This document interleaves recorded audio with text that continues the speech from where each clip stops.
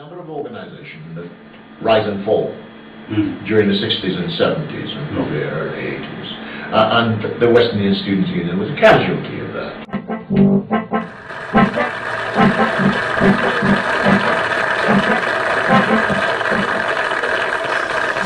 Yes, it is time for us to stop, reflect, contemplate, and whatever have you.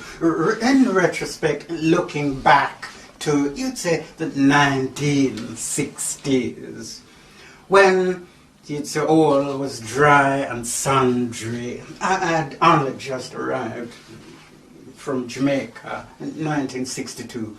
And the weather was bad. Now, the reason I'm trying to reflect here and now is to look at the blossoming organization. One of the organizations which surfaced on the horizon at that time, mid-60s, say ending of 1966, was an organization called the Nottingham West Indian Students Association.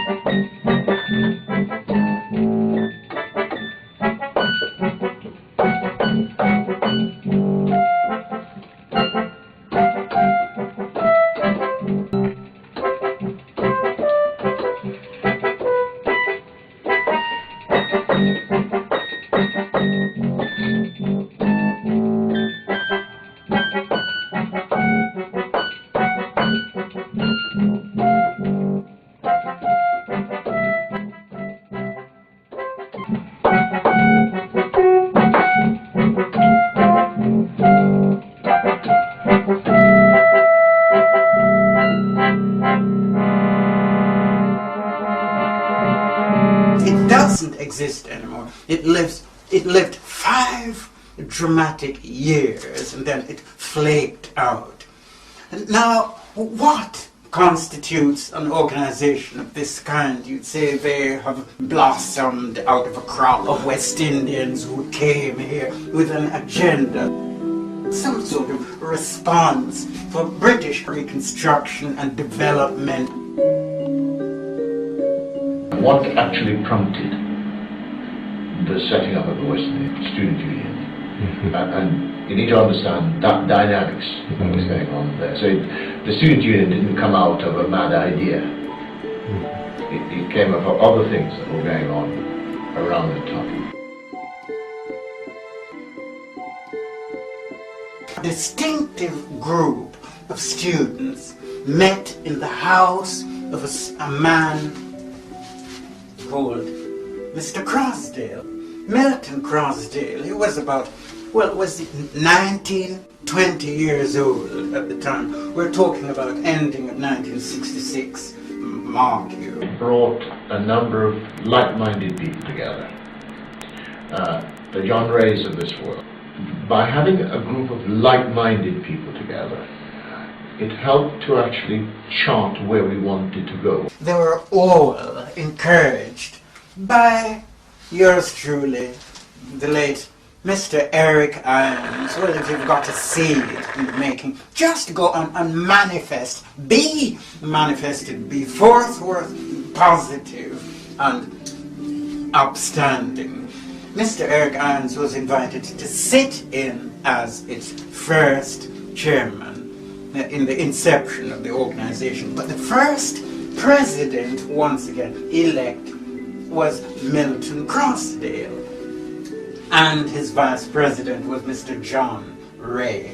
What we wanted to do was to establish an organization which encouraged the individual as well as the collective.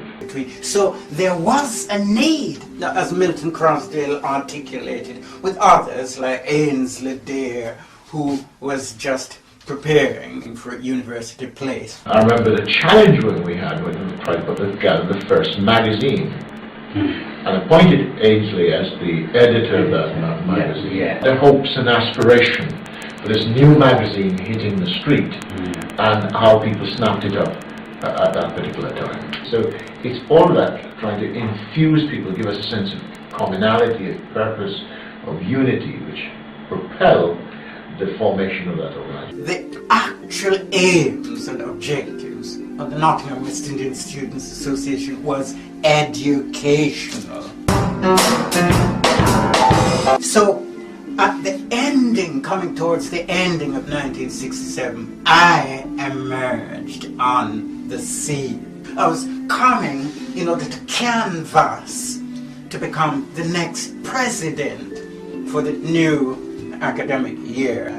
That is where you took over, because I voted in that election. Oh, I remember all the trauma and the carry-on about it. So I was there, yes. There are 4 of us in this contest. You and John were going for the presidency, can you remember? And you pipped him to it. Yes. As it happens, at the drop of a hat, tick of a flash, I was invited to serve as president, the new president.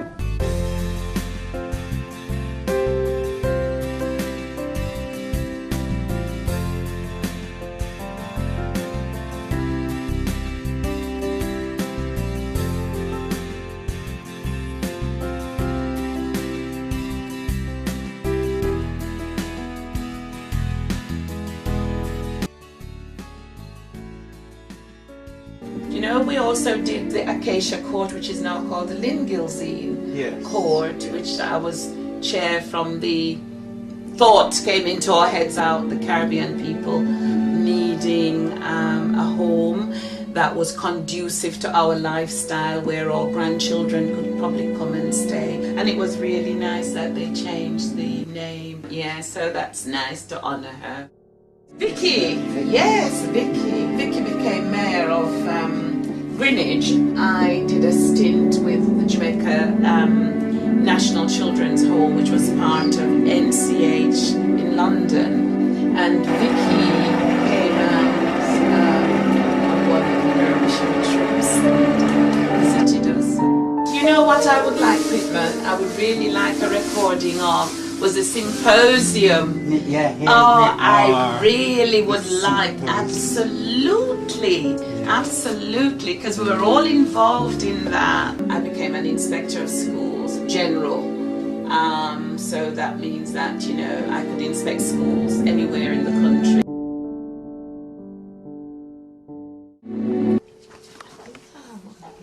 There is John Wray. John became our first teacher within this organization to be installed. He went on for 12 years at Morley Junior in St. Anne's, but his graduation was more like the turning point of people now beginning to access opportunities as they came and went. And there was also George Vaughan, who became deputy at Huntingdon Street. Yes, when I was doing my teaching practice.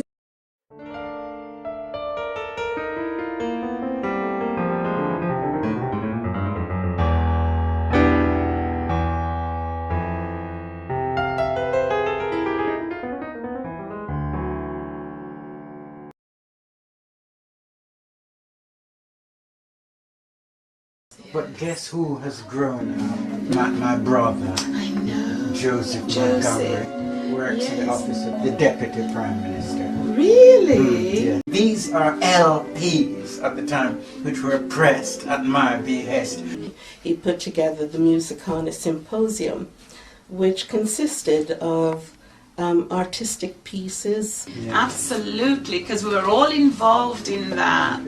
There was this talent, there was this raw talent which was there. At that time, I was a student of drama at Clarendon College, also a student of classical piano music. So not only were we looking at the academic side of things, we were looking at the cultural and social side of that situation, and looking at raw talent. How do you bring out that raw talent in that situation? This was a drama piece that I did that was just wonderful. I just listened to it after many years of not hearing it, and it just took me back.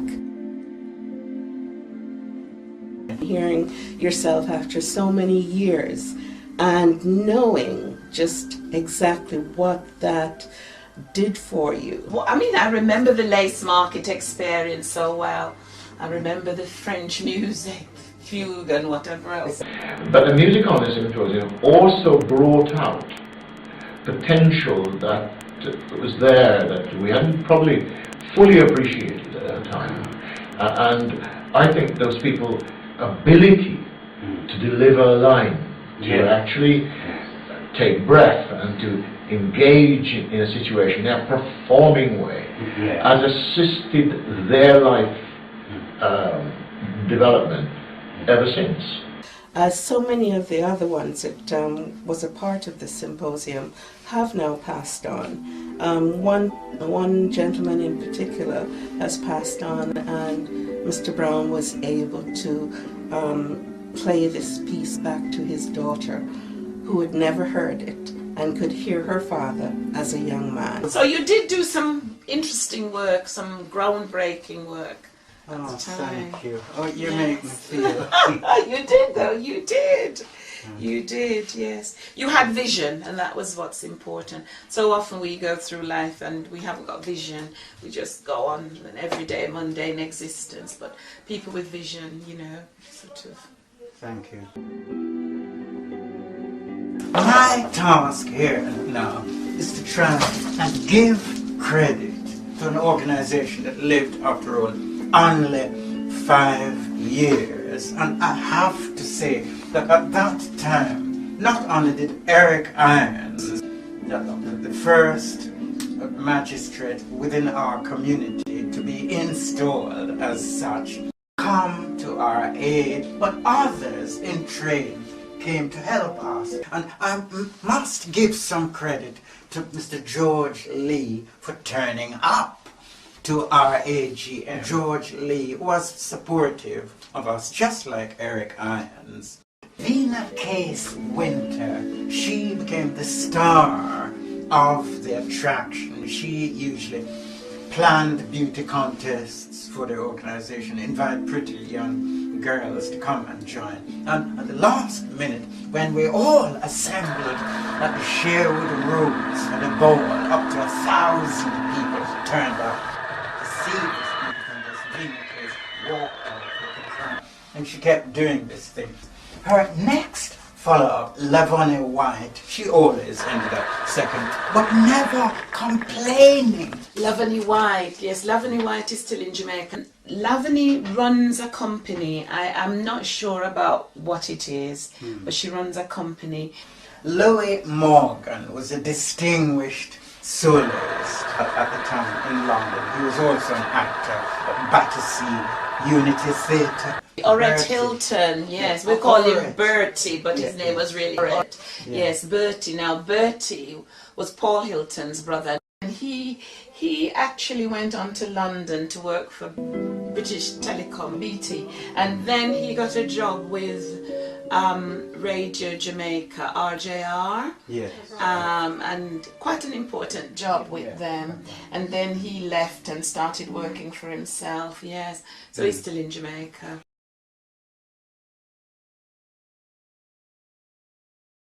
Now, Winsome is a judge. She still is functioning in the capacity of a High Court judge. It's so important about Ainsley Dear. He did the organization proud in the sense that he became the first entry to succeed in attaining university status. He went on to Manchester University, and a proud bus driver at that time, his name was Tony Robinson, who years later he became sheriff of Nottingham. He was so proud of Ainsley Dear that he drove him all the way from Nottingham to Manchester. Ainsley Dear, who is probably one of the youngest member of that team, is now a PhD. You know, he's Dr. Dear. Things were beginning to happen. Say, for instance, Neville Ballin climbing in Turkey. He did runs, he did sponsored walk, he did boat rides, and he did so much that he ended up meeting the Duke of Edinburgh in 1969. he went into medicine. He also went to Manchester University. He's currently working in the teaching hospitals of Jamaica. Before I lay the stage here, I must comment on the work attributed to the organization by Neris. Neris, you'd say, was the secretary. She served in the capacity of secretary as soon as I was elected president. My sister, who was 3 years older than me, she joined the Students' Union and became the secretary. My sister is no longer alive. She is now passed on. But to be able to listen back on this and hear her voice was truly wonderful. Oh, you're publishing now. Tell me about that. Say, well, how did I come to blossom and furnish the writing industry with so much material? Needless to say, I have written 6 books up to date, and I am currently a publisher, having published 2 persons. The name of my publishing company is Kitaboo Pet. I have to give some credit to Life and Terms of the Nottingham West Indian Students Association. All of those people have gone on to make good use of the opportunity they had. As a former member of the Nottingham West Indian Students Association, now living in Jamaica, I would like to say a special thanks to Mr. Pittman Brown for the super work he is doing on behalf of the association. This is a continuation of the splendid work he did back then with a committed group of students while he was president of this group. What he's doing now through this project is giving today's youngsters the opportunity to look with understanding at a period in the 60s which had special significance to their parents and elders. It is hoped that these efforts will help to motivate a number of these youngsters to set worthwhile, achievable goals and then work as hard as possible towards achieving